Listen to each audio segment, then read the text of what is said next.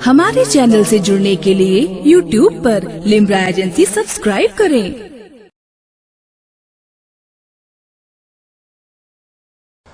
ये अमानत है, इस अमानत को मैं तुम्हें जमानत देता हूँ और तुम इस अमानत को सबको सौंप करके आना।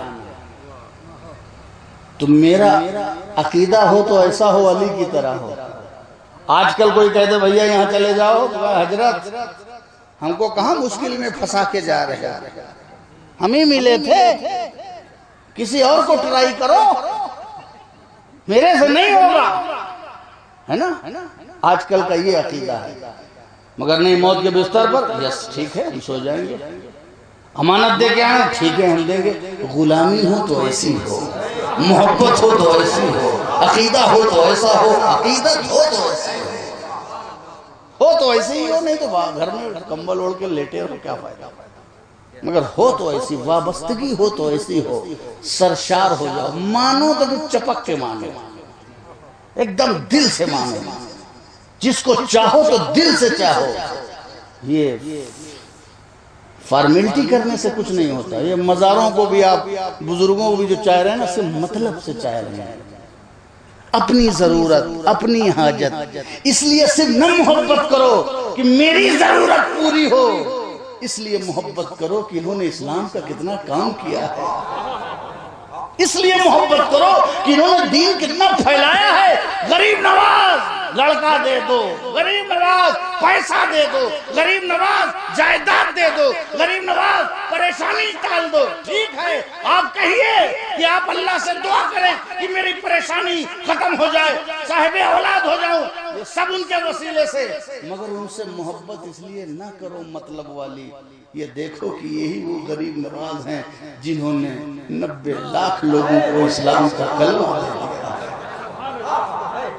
सैयद सालार मसूद गाजी से क्यों मोहब्बत करते हैं, क्यों हमें मोहब्बत करना चाहिए। यहाँ बुजुर्गों का मैच नहीं कराना, ना कोई मुकाबला कराना। सैयद सालार मसूद गाजी बहुत अजीम जात का नाम है। ये खिताब इताब के हम चक्कर में नहीं पड़ते, किसका क्या है। मगर सैयद सालार मसूद गाजी 18 साल या 20 साल की उम्र में आकर के शहीद हो गए। क्या मालूम आपको उनके बारे में, कितनी तफसीलात, कितनी डिटेल है। औलादे अली है ये तो मालूम है, फातिमी नहीं है, औलादे अली है ये तो मालूम है, अलवी है ये तो मालूम है, अहले बैत है ये तो मालूम है, हाशमी शहजादे हैं ये तो मालूम है। आए लश्कर लेके जिहाद करते हुए बहराइच शरीफ में शहीद हो गए। डिटेल ना है, अभी 18 साल में क्या डिटेल है, माशरे में समाज में क्या वक्त गुजारा। मगर जब शहादत मिल गई हो तो फिर अब डिटेल नहीं पूछना। मकामे शहादत पर फायद होने के बाद अब डिटेल नहीं पूछना। अब मैं बड़ों की नजरों से जब देखता हूँ तो वो मुझे बहुत बड़े नजर आते हैं। हमें नहीं नापना कि वो कितने बड़े हैं, हम तो ये मालूम है कि बड़े बड़े उनको बड़ा कहते हैं, बड़े बड़े उनको बड़ा कहते हैं।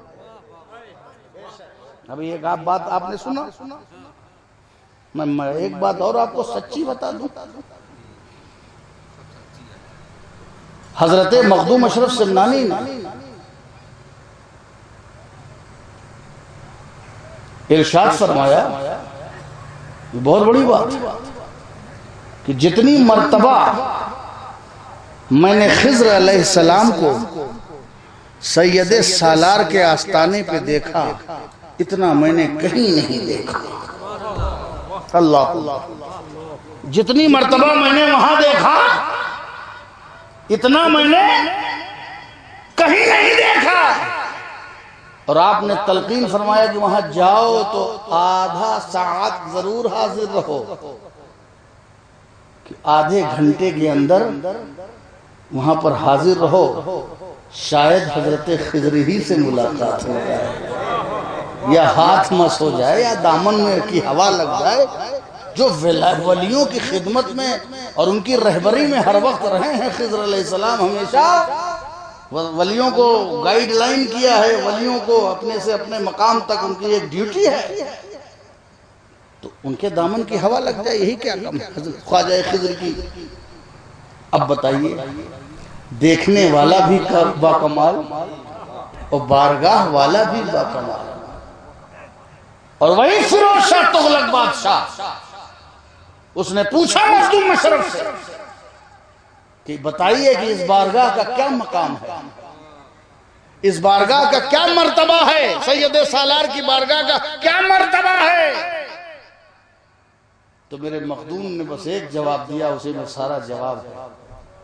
कहा कि तुम जैसा बादशाह, मुझ जैसा फकीर यहाँ हाजिर है, और क्या मर्तबा है।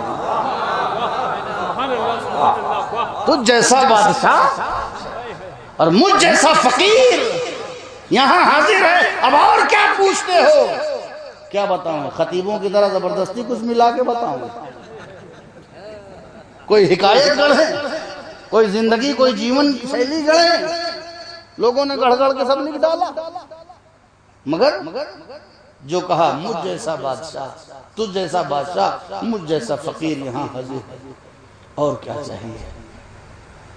मगर ये न समझो कि सैयद सालार मसूद गाजी बड़े हैं तो आप उससे वाबस्ता हो गए तो आप बड़े हो गए। आजकल लोग क्या कर रहे हैं कि जो जिससे वाबस्ता होता पहले उसको बड़ा करता है। एक मखदूम साहब है, अब एक सैयद सालार मसूद गाजी है, या एक मदार साहब है, या एक और कोई बुजुर्ग है, तो पहले एक की फजीलत बयान की जाती है, मेरे वाले बड़े हैं। और मेरे वाले बड़े का मतलब, बुजुर्गों को इससे कोई मतलब नहीं होता। उसमें मतलब ये था कि मैं इनको मानता हूं, मेरे वाले बड़े हैं तो मैं अपने आप तुमसे बड़ा हो गया। ये फंडा है कि मेरे वाले बड़े हैं और मैं इनसे वाबस्ता हूं तो मैं अपने आप तुमसे बड़ा हो गया। जी नहीं, सब उम्मते रसूल हैं, और ये कोई बड़ा तभी बड़ा बना है जो सबसे बड़ा गुलामे मुस्तफा हुआ है, वही सबसे बड़ा वली हुआ है। और हम सब उम्मती हैं।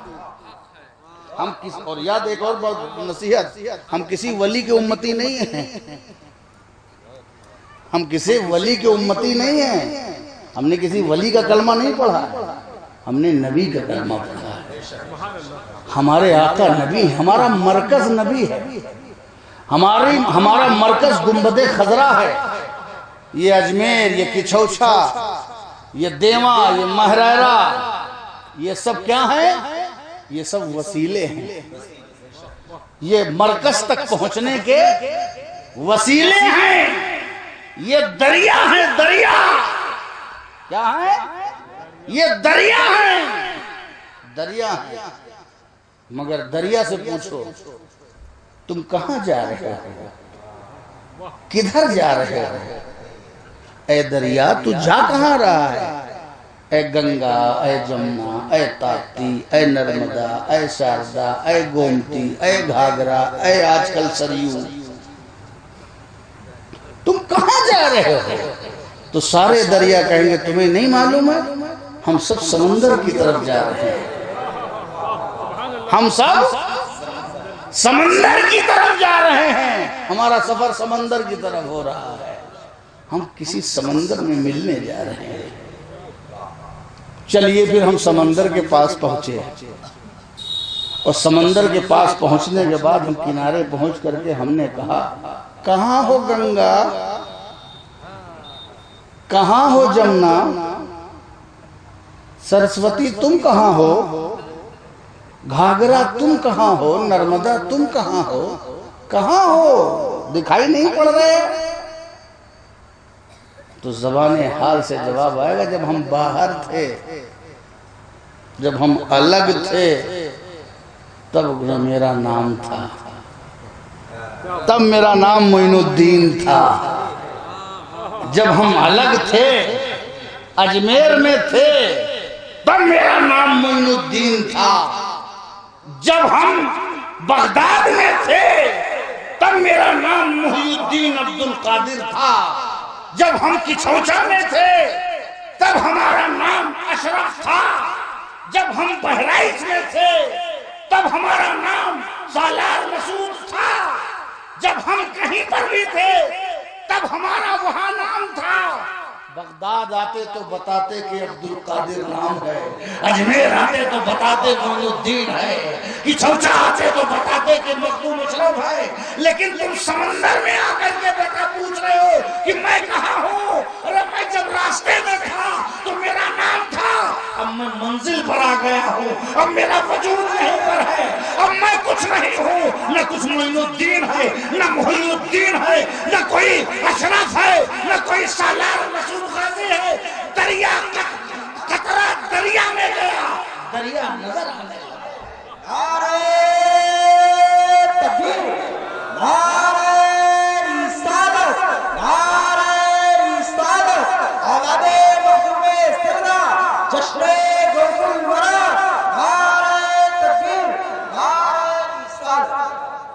समंदर में मदीने में कोई नहीं है, उनकी सरकार में पहुंचे तो सभी एक हुए, यही मतलब है। उनकी सरकार में पहुंचे तो सभी, और वो एक होना क्या है? सब गुलाम हुए। एक होना क्या है? सब गुलाम हुए। अब वो जाने कौन कितना बड़ा गुलाम। उनकी सरकार में पहुंचे तो सभी एक हुए। तो वलियों के दरमियान इंची टेप लेके नहीं बैठना चाहिए। मदार पाक बड़े हैं कि मखदूम साहब बड़े हैं। एक साहब आए मुझको, मौलवी साहब मुझको चढ़ाने के लिए, कई जलसे में थे। अरे मदारी साहब थे और उन्होंने कहा कि जो कुछ मिला है मखदूम साहब को सब मदारी पाक से मिला है। ये लोग अक्सर ऐसे ही बोलते हैं, गौस पाक को जो कुछ मिला है। वो कल कह रहे थे मखदूम साहब को जो कुछ मिला है मदारे पाक से मिला है, जो कुछ मिला है मदारे पाक से मिला है। बताइए ऐसी बातें करते हैं। अरे मेरे मखदूम अशरफ खुद इतने बड़े वली हैं। हमने कहा तू काहे को परेशान होता है? वो क्या बोल रहे हैं? फिर कह रहे जो कुछ मखदूम साहब ने पाया है वो मदार पाक से पाया है। मैं इसमें बुरा मानने की क्या बात है? यही तो है ना कि पाया है, ये कहा कि नहीं पाया है। सोच को सही करो, कोई मुकाबला थोड़ी है। पाया की गवाही दे रहा है, पाया की गवाही दे रहा है। जिसने पाया है उसी का पाया है। मखदूम साहब ने हर जगह से फैज बटोरा, छोटा बड़ा नहीं देखा, छोटा बड़ा नहीं देखा कि किसका वोल्टेज कितना है। जो उनसे पहले था सबसे फैज, मज़ारों पे भी गए, दरबारों में भी गए, सारे बुजुर्गों से फैज लिया और सबसे लेकर के तवाज़ो के साथ, आजिज़ी के साथ, अकीदत के साथ, मोहब्बत के साथ सारे बुजुर्गों से फैज ले करके सब इकट्ठा करके लास्ट में सब नीर में उंडेल दिया, ला करके नीर में उंडेल दिया। अब बताओ मखदूम अशरफ से ज्यादा चमकता खानदान किसका है? दरबार तो बहुत है, सब दरबार हैं, मगर बाद में चमकता मामला कहाँ है? सिर्फ बात मजार की नहीं हो रही है, बात खानवादे की हो रही है ना। तो ये सारा फैज क्यों है? क्योंकि मखदूम साहब ने सारा फैज इकट्ठा करके उंडेल दिया। जाओ भर भर के लाओ नीर का पानी, शिफा मिलेगा। कहाँ है ऐसा कैसा? तो वलियों के दरमियान कोई मुकाबलाबाजी और कोई ये हम लक़ब देते रहे, हमारे लक़ब के कोई मोहताज है। हम गौसे आज़म कहेंगे तो होगा, हम मखदूम अशरफ कहेंगे तो होगा, जी नहीं, वो हमारे मोहताज नहीं है। उनका एक ही लक़ब है कि वो अल्लाह के महबूब हैं। अब महबूब के बाद किसी लक़ब की जरूरत ही नहीं है, उनको किसी लक़ब की जरूरत नहीं। वो अल्लाह के दोस्त है, वो अल्लाह के महबूब है। और अच्छा, कोई किसी का मर्तबा कब बताए? आप छोटे हो कि आप बड़े हो, एक छोटा है एक बड़ा है, ये कैसे कोई बताएगा? ये वही बताएगा जो उन दोनों से बड़ा हो। ये कैसे बताएगा? गौस पाक बड़े हैं कि फला बड़े हैं, मखदूम साहब बड़े हैं कि फला, ये कैसे कोई बताएगा? जो इन दोनों से बड़ा हो। आप अभी मदरसे में कितने दिन निकले हैं, कितने दिन पढ़े हैं, आपको क्या मालूम कौन बड़ा है कौन छोटा है? ये क्या चुनाव हो रहा है क्या? हम क्या जाने कौन बड़ा है कौन छोटा है? हम तो ये जानते हैं, हाँ मोहब्बत पर्सनल चीज है, किसी से कम ज्यादा हो सकती है, इनसे ज्यादा है। एक माँ भी अपने 5 बच्चों में किसी एक को ज्यादा चाहती है, वो चलता है, लेकिन जब वो हक देती है तो इंसाफ करती है, और मोहब्बत देती है तो ज्यादती करती है। ऐसे ही सब करते हैं। कोई किसी से आप मोहब्बत कर सकते हैं कि ज्यादा, लेकिन हम ये नहीं ये बड़े हैं कि ये छोटे हैं। हाँ कोई किसी से ज्यादा अटैचमेंट है, आदमी अपने पीर से ज्यादा जुड़ा हुआ है, आदमी अपने दर चौखट से ज्यादा जुड़ा हुआ है, तो ज्यादा मोहब्बत कर रहा है। ताकि उसको ये हक थोड़ी है इंची टेप लेकर के बैठे कौन बड़ा है कौन छोटा। वलियों में हम नहीं बता सकते, जो बड़ा हो अली बताएं कि गौस बड़े कि कौन बड़े, ये तो अली बताएंगे ना, ये तो नबी बताएंगे, ये तो ऊपर वाले बताएंगे, ये नीचे वाले क्या बताएंगे कौन बड़ा है कौन बड़ा? हम क्या जाने कि कौन बड़ा है और कौन छोटा है? ये दरबार में खड़ा क्या बताए कि कौन बड़ा है? समझ गया? इसलिए ये ज़हनियत भी स्टेजों से या लोगों में सब नहीं होनी चाहिए। और मेरे गौस के लिए मुत्तफ़िक़ा फैसला है कि इमाम हसन अस्करी के बाद इमाम मेहदी तक ये गौस का ज़माना है। ये बड़े बड़े बुजुर्गों ने कहा है। अब इन बातों पर अगर कोई अमल ना करे तो कोई शरई कोई कबाहत नहीं है। ये बुजुर्गों का मामला है, ये अकीदत का मामला है, इसको आज़ादी पे छोड़ दो। ये मौजूए बहस नहीं होती है चीज़ें। मगर ये सारे कमालात मौला अली के और फिर उसके बाद वलियों के, और ये जिसके नाम का जलसा है ये गौसे आजम। इस गौसे आजम से पूछ लो खुद है। अब आइए गौसे आजम ही से पूछ लीजिए, ये आपको इतना बड़ा मर्तबा कैसे मिला? जिसको मिला है वो बतावे, और या जिसने दिया है वो बतावे। तो उससे तो हमारा डायरेक्ट कांटेक्ट है नहीं, ठीक है ना? अब गौसे पाक से पूछ लो जिसने पाया। गौसे आजम आपको कैसे मिला? ऐसे ही खेलते खेलते मिल गया या कुछ किया भी है? अल्लाह ताला कादिर है, चाहे तो किसी किए हुए के बाद दे दे, तो चाहे बगैर किए दे दे। अल्लाह ताला जाहिल को भी वली बना देता है और पढ़े लिखे को भी वली बना देता है। मगर एक बात पक्की है कि जब जाहिल को वली बना देता है तो फिर वो जाहिल नहीं रहता, फिर वो जाहिल नहीं रहता। अल्लाह किसी जाहिल को वली बनाता नहीं, और जब बनाता है तो जाहिल रहने नहीं देता। समझ गए? ये कानून है, हर चीज का कानून है। तो ऐ गौसे आजम आपको ये मर्तबा कैसे मिला? लोगों ने पूछा, इतना बड़ा मर्तबा आपने पाया, कैसे मिला आपको ये मर्तबा? क्या किया? चिल्ला काटा, वजीफा किया, नमाज पढ़ी, क्या किया आपने? वो कौन सा कैरेक्टर है, वो कौन सा किरदार है, वो कौन सा वजीफा है, वो कौन सी अदा है जिस पे अल्लाह खुश हो गया तो आपको इतना बड़ा मर्तबा मिल गया? बताइए वो क्या चीज है?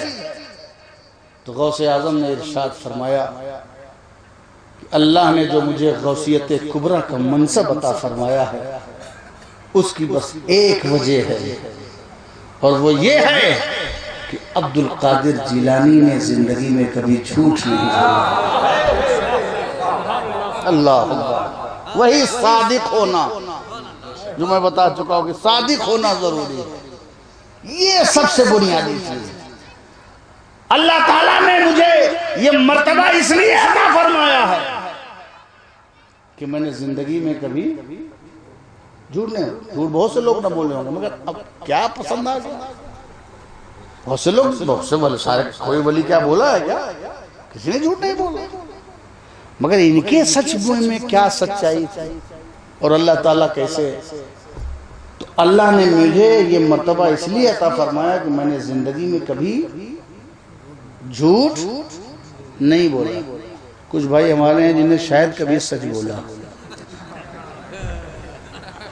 और बड़ी गलती से कभी सच बोल देते हैं इत्तेफाकन।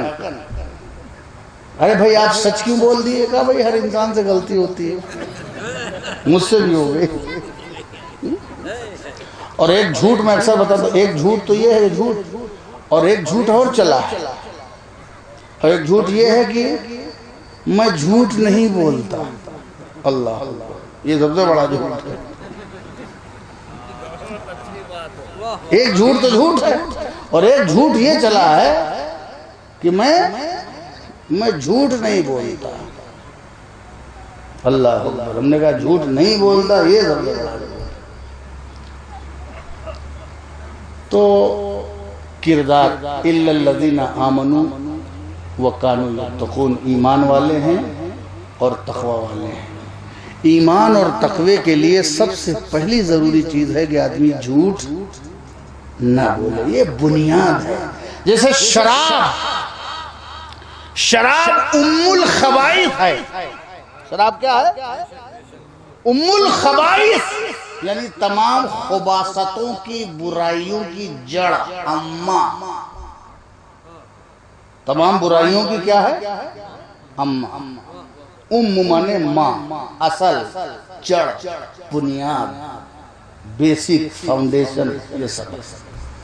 इसलिए मक्का को उम्मुल कुरा कहते हैं, क्योंकि जमीन की वो सबसे पहली बुनियाद है। वहीं से जमीन स्टार्ट हुई और फिर फैली।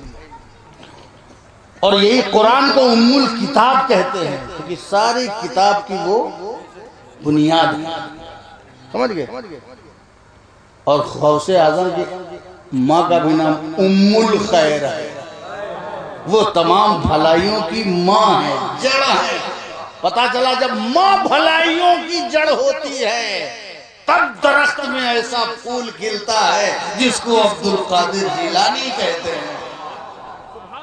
किरदार का दरख्त, कैरेक्टर का दरख्त। जमीन पर जैसे दरख्त के लिए अच्छी जमीन चाहिए, वैसे कैरेक्टर और चरित्र के किरदार के लिए बेहतरीन माँ चाहिए। मेरी माँ और बहनों, अपने दामन में किरदार के पौधे उगाओ, किरदार के बीज बो, ताकि अच्छी नस्ल तैयार हो, अच्छी फसल तैयार हो। ये टाइम फिश वाले लोग ना पैदा हो, है ना? अच्छी फसल तैयार हो, उसके लिए किरदार चाहिए, कैरेक्टर चाहिए, झूठ से दूरी चाहिए, इबादत चाहिए, तकवा चाहिए, तहारत चाहिए। और उसके लिए माँ का रोल बहुत अहम है। माँ का रोल, बाप की तरबियत, माँ का किरदार, ये जब दोनों पाकीज़गी के साथ मिल जाते हैं, तब एक बाकिरदार सामने आता है, जिसे दुनिया मुहियुद्दीन अब्दुल कादिर जिलानी कहती है। समझ गया? ये है हर चीज की जड़। तो जैसे शराब जो है उम्मुल खबाइस, तमाम बुराइयों की अम्मा शराब, ऐसे ही झूठ जो है ये उम्मुल कबाइर है, तमाम गुनाहे कबीरा। और जितने इर्तिकाब हैं सबकी बुनियाद जो है ये झूठ है। अगर झूठ से बच गए तो गुनाहों से दूर हो जाओगे, शराब से बच गए तो खुबासतों से दूर हो जाओगे, शराब से बचोगे तो घर बच जाएगा, और झूठ से बचोगे तो आखिरत बच जाएगी। समझ गए? तो आज के बाद आप झूठ बोलेंगे? हैं? ये बात भी झूठ में न कहिएगा, क्योंकि मैंने बताया कि मैं झूठ नहीं बोलता, ये भी एक झूठ है। सबसे पहले आप सच बोलना शुरू कर दीजिए।